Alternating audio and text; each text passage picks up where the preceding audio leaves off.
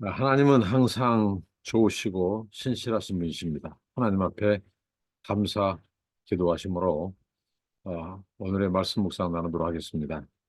하나님, 신실하신 하나님, 감사와 찬송과 영광을 돌려드립니다. 날마다 하나님의 은혜를 기억하고 감사하며 찬양하며 살게 하시고 하나님을 높이고 경배하고 영화롭게 하며 하나님의 말씀과 뜻에 순종하며 살 수 있도록 은혜를 주옵소서. 오늘 또 말씀 앞에 엎드립니다. 겸손하게 말씀을 청종하고 또 하나님 말씀에 순종하며 하나님을 기쁘시게 드리는 날이 되게 하옵소서. 예수님 이름으로 기도합니다. 아멘. 네, 찬송 67장입니다. 영광의 왕께 다 경배하며입니다. 영광의 왕께 다 경배하며 그 크신 사랑 늘 찬송하라.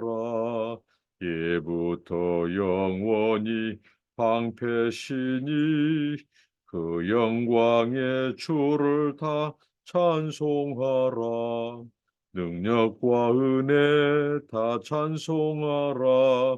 그 옷은 햇빛, 그 집은 궁창, 그 노래 소리로 주노하시고 폭풍의 날개로 달려가신다. 저 아름답고 놀라운 일이 가득한 이 땅, 다 주의 조화, 그 힘찬 명령에 더 잡히나니 저 푸른 바다는 옷자락이라.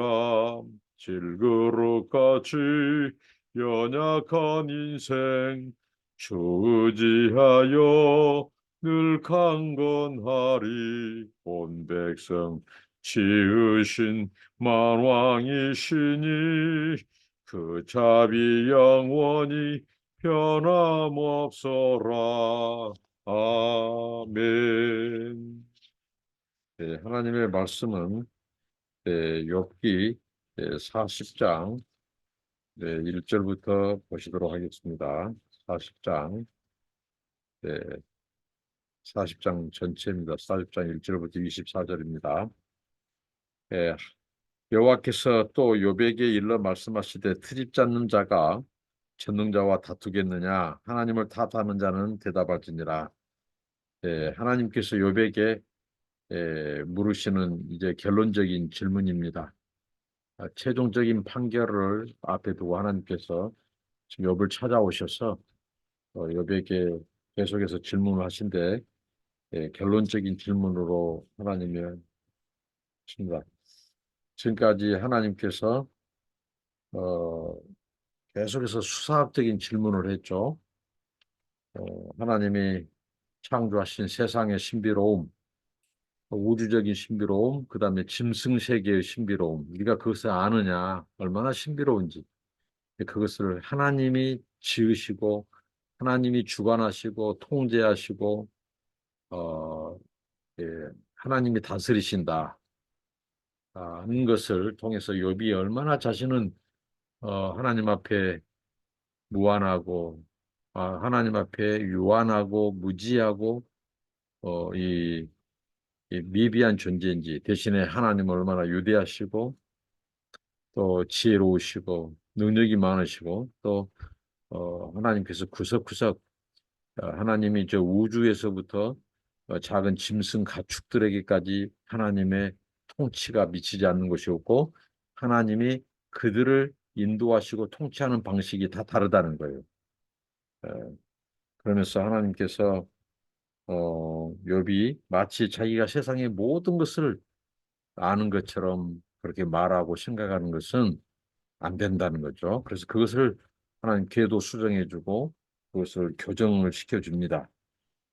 욥의 생각과 사고를 바꿔주는 거죠. 어, 하나님의 창조하시고 통치하시는 방식이 예, 우리 사람이 아는 것보다 모르는 것이 훨씬 많다. 그래서 하나님이 욥을 트집 잡는 자, 하나님을 탓하는 자라고 말씀합니다. 친구들과의 논쟁에서 세상에 대해서 알지 못하면서 마치 다 아는 것처럼 말하는 것에 대한 어떻게 보면 하나님이 사랑스러운 책망이죠.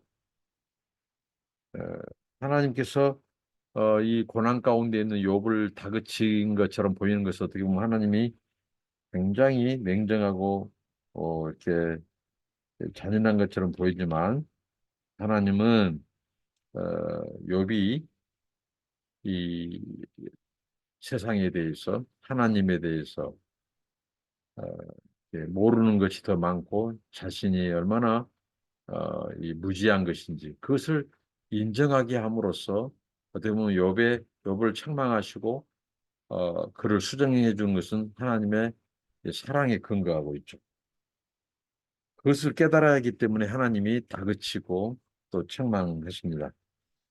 욥은 자신이 알지 못하고 오직 하나님만 아시는 부분, 거기에 이제 그 고난의 신비가 있다는 거죠. 욥이 계속해서 하나님이 자신의 억울함, 자신의 이 고난의 비밀을 하나님이 알고 계시는데 그걸 자기에게 이 말씀을 해 주시면 아니면 하나님이 자신의 귀를 기울여서 진실을 듣기만 하면 알기만 하면 하나님은 자신을 고난에서 건져 주실 거라고 그렇게 고백을 했죠. 근데 욥이 알지 못하는 그 영역 그게 바로 고난에 대한 답이 있다는 거죠. 우리가 살면서 우리가 알지 못하는 영역은 바로 하나님이 우리를 이해하시고 다스리시고 인도하시는 하나의 이 신비로운 영역이라는 거죠. 우리가 알지 못하는 거기에 이 고난의 신비가 있고 하나님의 또 욥을 향한 계획과 그런 답이 있다는 거죠. 그러니까 우리가 인정을 해야 된다는 거예요. 하나님만이 아시는 영역. 근데 우리가 그것을 굳이 알려고 해서는 안 된다는 거예요. 알려고 하다 보니까 오버하게 되고 자기 생각을 가지고 하나님을 가두려고 하고 모르면서도 아는 척하게 되고 이제 이게 어떻게 보면 하나님에 대한 그 왜곡된 시각. 예, 그래서 하나님으로 하여금 책망받게 하는 하나님이 책망하게 하는 것을 우리가 욥을 통해서 깨닫습니다. 그래서 하나님께서 바로 이, 이, 요, 이제 욥으로 하여금 하나님 그걸 깨닫게 하신 거죠. 예, 욥이 아는 영역은 예, 지극히 적다. 그것을 인정해야 된다. 너의 고난도 마찬가지다. 하나님의 신비한 영역에 감추어져 있다. 예, 그러면서 욥의 그 첫 번째 대답을 합니다. 욥이 3절부터 5절입니다. 욥이 여호와께 대답해 이르되 보소서 나는 비천하오니 무엇이라 주께 대답하리이까. 손으로 내 입을 가릴 뿐이로소이다. 내가 한 번 말하였사오니 다시는 더 대답하지 아니하겠느니라. 하나님의 끊임없는 질문을 받으며 그가 계속해서 깨달았습니다. 자기가 무지하다는 것, 어리석게 생각하고 말했다는 것. 그래서 이제는 하나님께서 욥을 다그치는데도 욥이 이제 할 말이 없다. 하나님의 질문에 대답할 말이 없다. 오히려 부끄러워서 손으로 얼굴을 입을 가릴 뿐이라고 고백합니다. 더 이상 이제 어리석은 말을 더 이상 하지 않겠습니다. 저 입을 닫겠습니다. 욥은 이제 자기가 할 수 있는 말보다 더 많은 말을 했다고 후회하고요. 하나님 앞에 자신의 무지와 무능을 철저하게 깨달았기 때문에 이제 말도 할 수 없다고. 이게 하나님의 은혜입니다. 하나님의 은혜. 하나님을 만나니까 자신의 무지와 무능함을 깨닫게 되니까 욥이 이제 드디어 침묵하게 되고 말을 하지 않는. 그러면서 이제 듣는 것이죠. 우리가 침묵하고 말을 줄일 때 이제 하나님의 음성에 귀를 기울이는 거예요. 내가 말을 많이 할 때는 하나님의 음성이 안 들렸어. 그러나 욥이 이제는 고백합니다.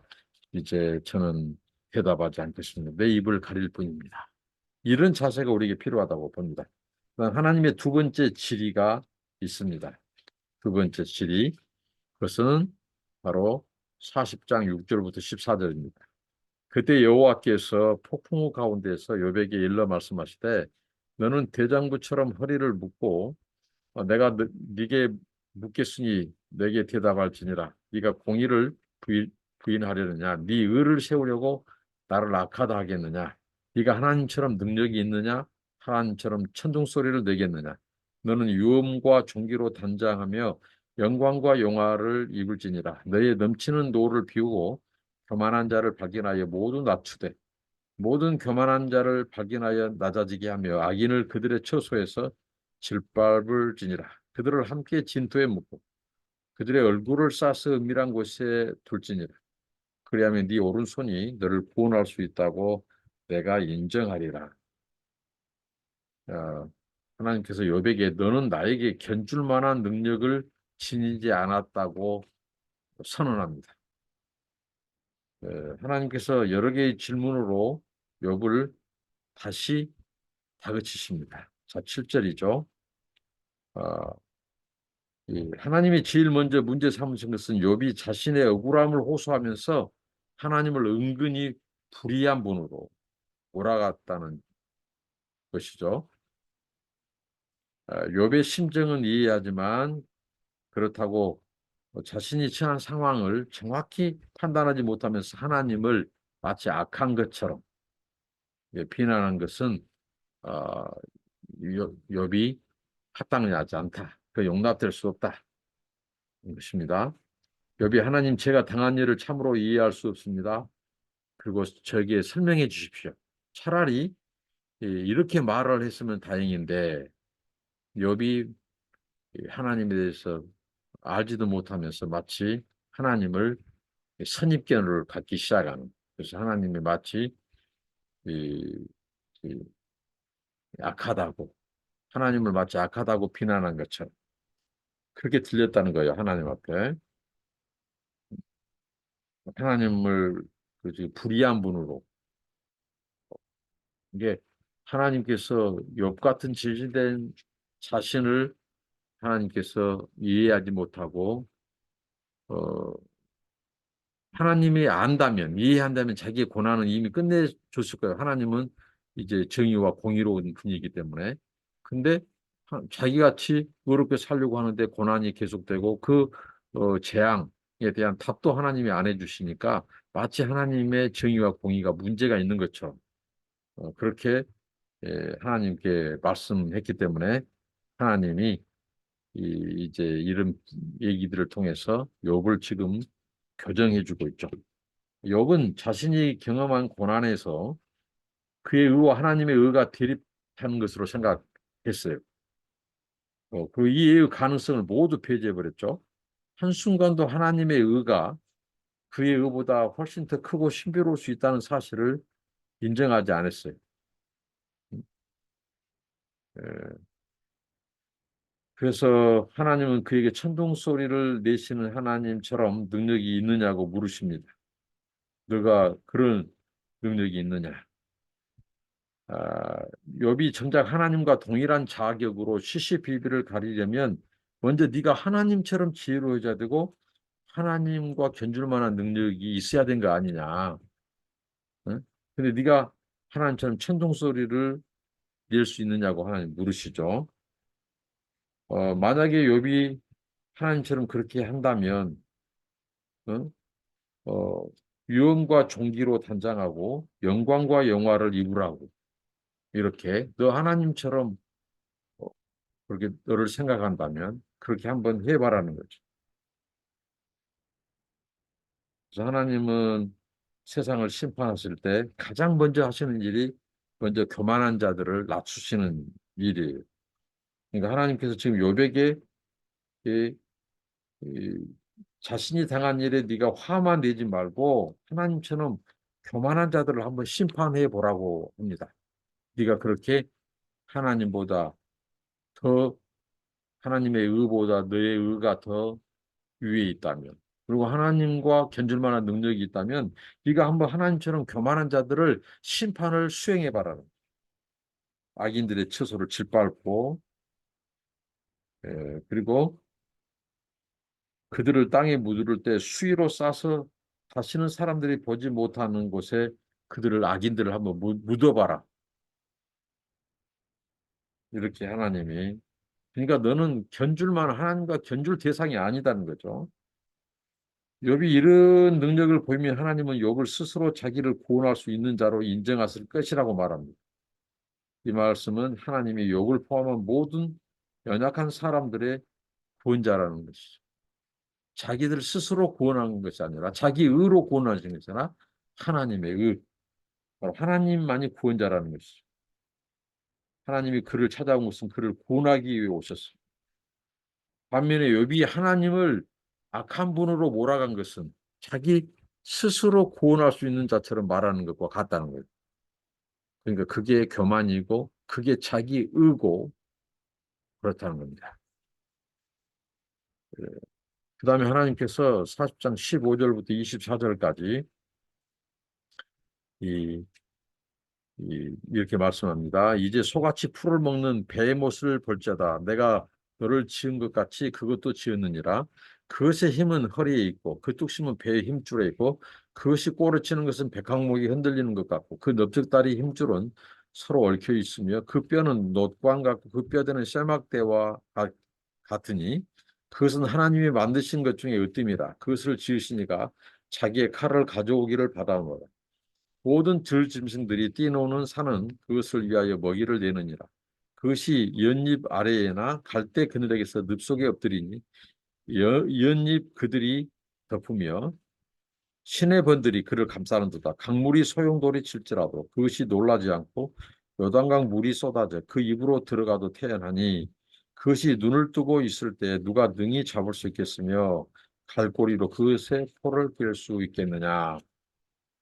예, 하나님께서 이 베못이라고 하는 이 짐승을 말을 합니다. 이 짐승에 대해서 이 여러 얘기가 있죠. 뭐 하마일 것이다, 코끼리일 것이다. 이렇게 뭐, 말을 하는데 정확히는 알지 못합니다. 그러나 베못은 매우 힘이 세다는 것, 그리고 허리가 튼튼한 짐승이라는 것, 그리고 꼬리가 힘이 있고 넓적다리도 매우 강력하다는 것이죠. 뼈도 강인하고 하나님이 창조하신 것 중에 아주 으뜸, 뼈가 아주 강한 그 이 짐승으로 묘사됩니다.